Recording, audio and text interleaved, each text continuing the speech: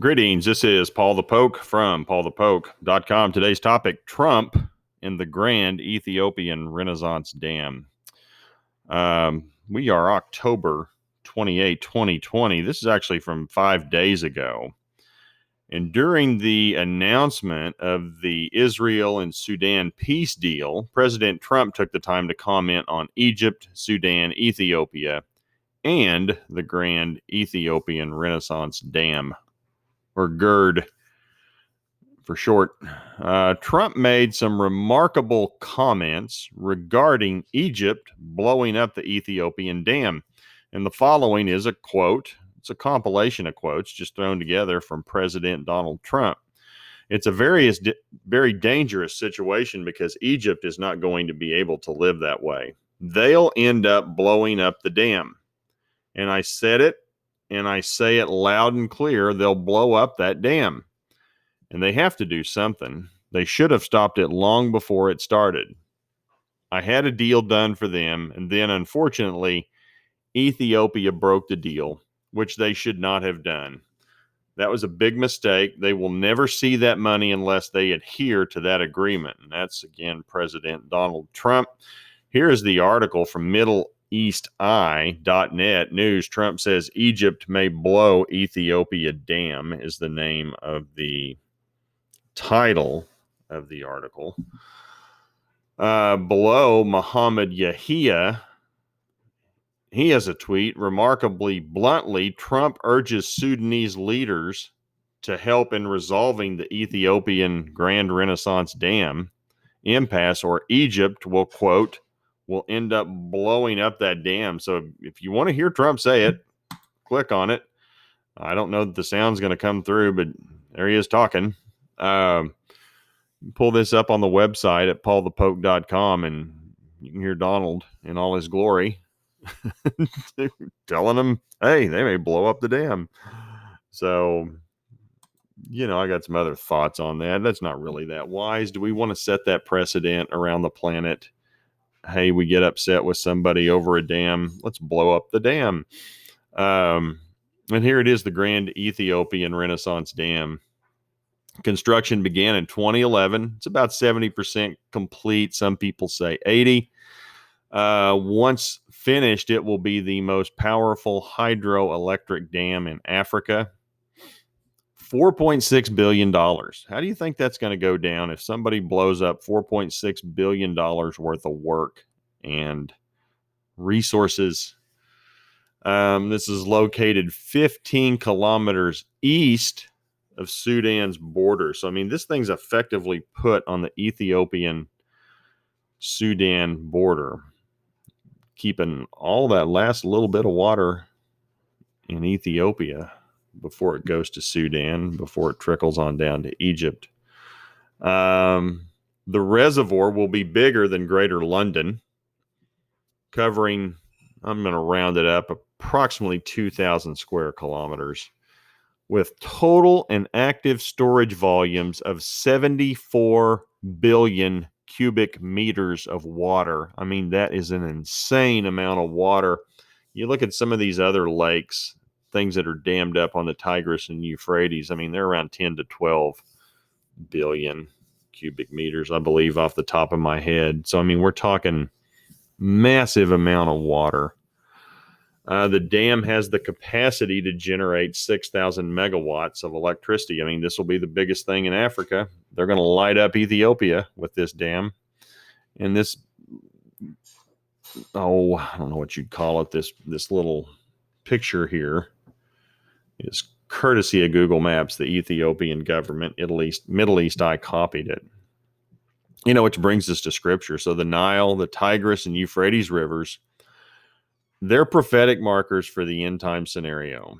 And the prophets state the Nile River will go dry prior to the coming of the Messiah.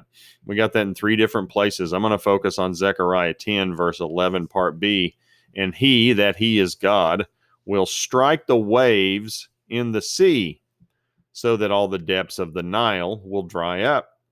And I will dry up the Nile. This is Ezekiel 30, verse 12. And I will dry up the Nile, and I will sell the land into the hand of evildoers. I will bring desolation upon the land and everything in it by the hand of foreigners. I am the Lord, I have spoken. So things are going down in a negative way in Egypt at some point. Foreign people are going to take over the land, and they're going to purchase part of it. And God says he's going to strike the waves in the sea, so that all the depths of the Nile will dry up. So I take it something major in the Mediterranean Sea is going to happen. I don't have any idea. I can speculate. I would guess some sort of inbound asteroid could do something like that. Could be an earthquake, underwater volcano. I mean, that's three things off the top of my head. Could be one of these metacanes, a massive metacane sucking water out of the Nile. Who knows? God will handle it. I trust that. And if you want to see details of economic consequences of this event, Isaiah 19 will break that down. And you can go to, I got a link here provided at my website, and this goes back, PaulthePoke.com, Egypt, Nile River. Click on this link. We got all kinds of articles going back to, gee whiz, 2014, possibly. And then, here's the bizarre thing about that. Earlier this summer, Ethiopia just kind of went quiet, closed it off.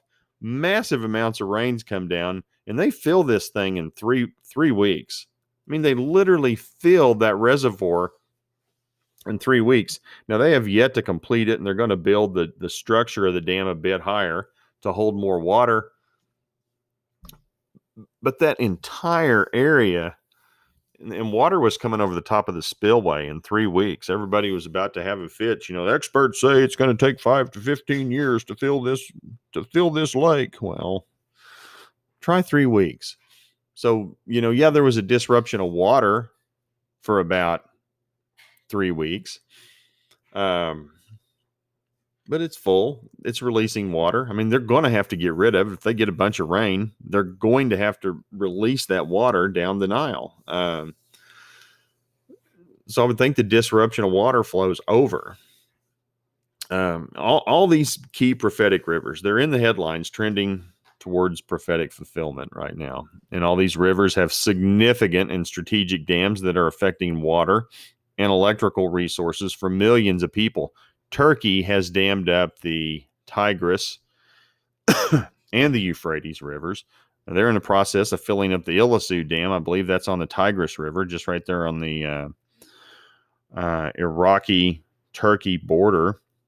And there's the Mosul Dam on the Tigris in Mosul, ancient Nineveh, and that's the Book of Nahum that says that's going to flood out the Tigris River Valley at some point. And you can click on this link and read about that. Iran has dammed up all kinds of water affecting the Tigris River in Iraq. I mean, if anybody's going to get upset, it's going to be Iraq. They got people north of them and east of them throwing up literally hundreds of dams, keeping water out of Iraq. And you can click on this link. Euphrates Tigris River is going dry. In the process of that, some flour got imported from China, and it's taken over those two rivers and sucking up water at crazy rates. And they can't get rid of it fast enough because somebody thought it was pretty. Well, there you go. I mean, there's all kinds of interesting things going on with these rivers. So, anytime they come up in the news, we want to pay attention to it. So we were warned over 2,500 years ago, and it was forecasted this day would come. And so, is this it? I don't know. But all three of these rivers are in the news, and especially within the last year, constantly talking about what's going on with these three rivers. And in this one, we're going to talk about the Nile River. So if you're interested, please feel free to share with others at PaulthePoke.com. Also, links will be provided at the end of this video, like there are with all the other videos. And you can sign up here, the blue bar, click on the blue bar. There's also a gray bar. It's not here today. Sometimes it's here, sometimes it's not. Type in your email address, You'll send notification every time we put something out. And this will be categorized under Egypt, Nile River prophecy. Scroll down the far right column of the blog, and you'll see right up here. Where'd it go? Egypt, Nile River. Click on that. Also next door to Euphrates River, just below it. All kinds of articles. These things are trending. That's why we call it the trend update. So appreciate you guys following along. News flow's been a little slow. It's all about the United States election, Trump and Biden, who's going to win. Doesn't really matter. God's in control of history. He'll figure it out. What we decide, not going to matter. His will be done. I suspect these peace agreements, they appear to be more of them coming. We'll see. But interesting times we live in. Old Chinese proverb. So appreciate you guys following along. Take her easy. Bye.